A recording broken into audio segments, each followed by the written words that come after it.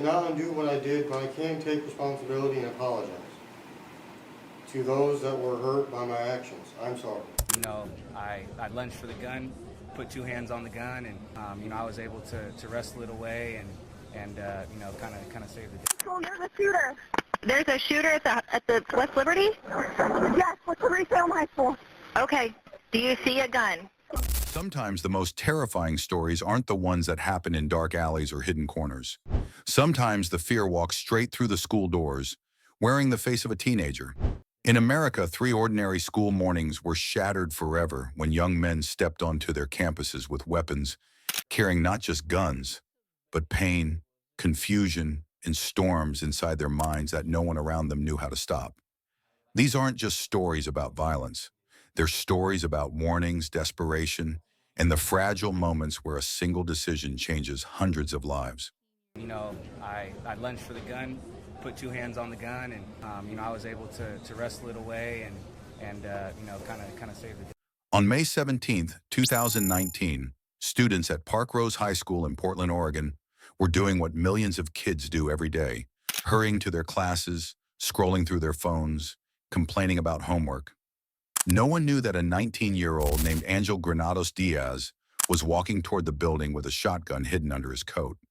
Moments before he entered, CCTV cameras captured him slipping through the doors with the weapon pressed tight against his body, his face empty, his mind somewhere far away from the noisy halls of the school he once attended. Unseen by the students, another figure entered the building just seconds later. A man who didn't know that he was walking straight into the most important moment of his life. His name was Keenan Lowe, a former football player turned security officer and coach at the school.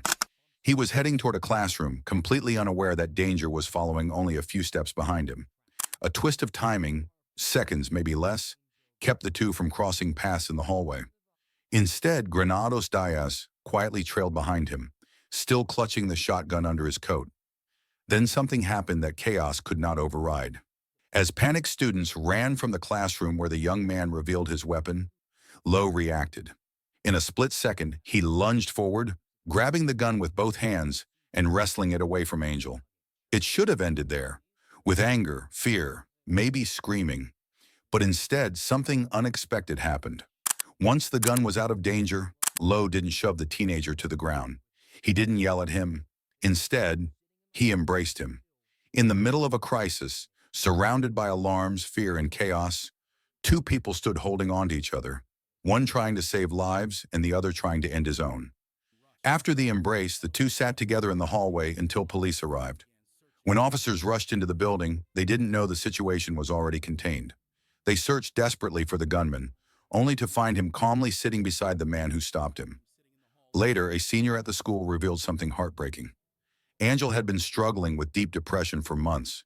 He had told classmates about suicidal thoughts, even telling them he planned to end his life within weeks. He asked questions about death, about what happens afterward. Authorities later discovered that his original plan had been to take his life at home, but he didn't want his mother to find his body. Instead, he walked to school with the intention to die there. He never planned to hurt anyone. In court, the teen pleaded guilty to gun-related charges, but avoided jail through a plea deal. Instead, he was sentenced to 3 years of probation and required mental health and substance abuse treatment at the exact moment he needed one. But that's not how these stories usually end. Because sometimes the person holding the weapon isn't looking for help. Sometimes they're looking for blood.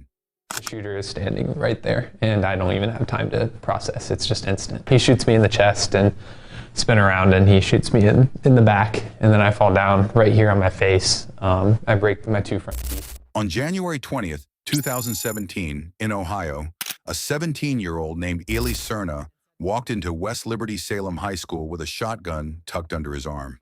This wasn't a silent cry for help. This wasn't a suicide attempt. Ely had a plan, and it was deadly. The moment he stepped into the school bathroom, he crossed paths with a student named Logan Cole. Logan didn't know why Ely was there. He didn't know what was coming. He barely had time to even blink. The gunshot exploded in the small bathroom, and Logan felt the impact slam into his chest. The blast spun him around, and a second shot struck his back. He collapsed onto the floor, striking his face so hard that he broke his 2 front teeth. Blood pooled beneath him. He struggled to breathe, to understand, to stay alive. But Ely wasn't finished. He left the bathroom and fired 2 more shots toward his classroom door, intending to kill even more students. Inside the halls, panic swallowed the building. 911 calls poured in from students crying. High school, there's a shooter. There's a shooter at the West Liberty? Yes, with Ely Serna High School. Okay. Do you see a gun? Whispering, begging for help. The confusion, the fear, the disbelief. It all came through the phone as dispatchers listened to the sound of a school breaking apart in real time. Back in the bathroom, Logan somehow managed to pull himself up, even as he saw parts of his body on the wall. Despite the unimaginable pain, he forced himself to speak. He didn't scream. He didn't curse the boy who shot him. He tried to save others. He told Ely the one thing that might stop the bloodshed. You haven't killed anybody. You don't need to hurt anyone else. Those words spoken by a boy bleeding on the floor, reached something inside Ely. For reasons that remain unclear, he stopped. He gave up. Staff members held him until police arrived, and the nightmare ended. In court, Ely pleaded guilty to all charges.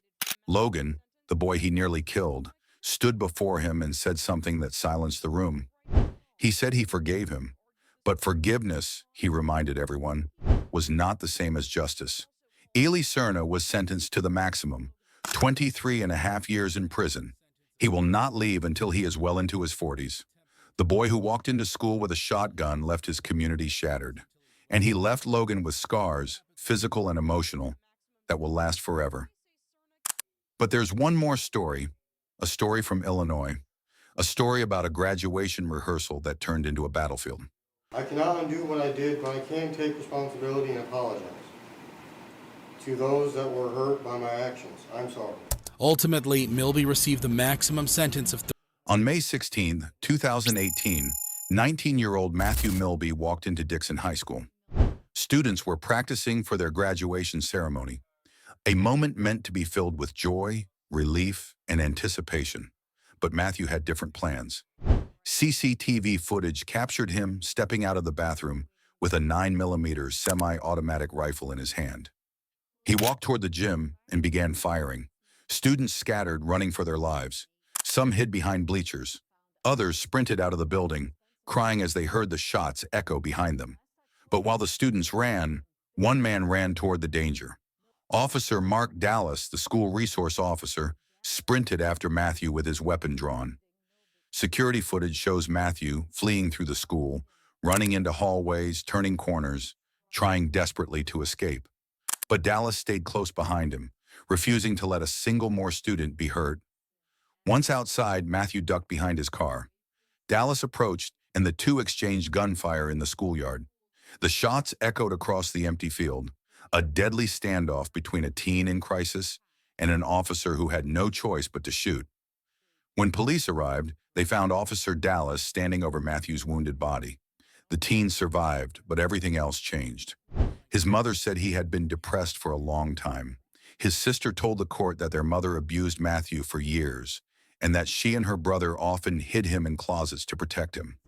The trauma had been building in him for years, slowly shaping the young man who one day carried a gun into his school. At his sentencing, the gym teacher he fired at forgave him. His aunt cried as she described how she tried to protect him when he was younger. And Matthew himself apologized to everyone he had hurt, acknowledging that he couldn't undo what he had done, only take responsibility. He received the maximum sentence, 30 years in prison, 30 years to think about the moment everything collapsed, 30 years to live with what he did.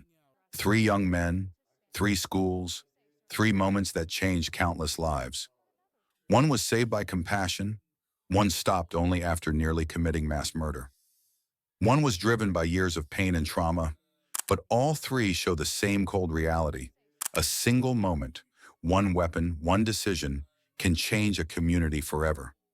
As long as schools remain the place where kids carry their fears, their depression, their anger, and sometimes their darkest thoughts, the world must keep asking itself, how many warnings will we miss before the next door opens, the next shot fires, and the next ordinary morning becomes a nightmare?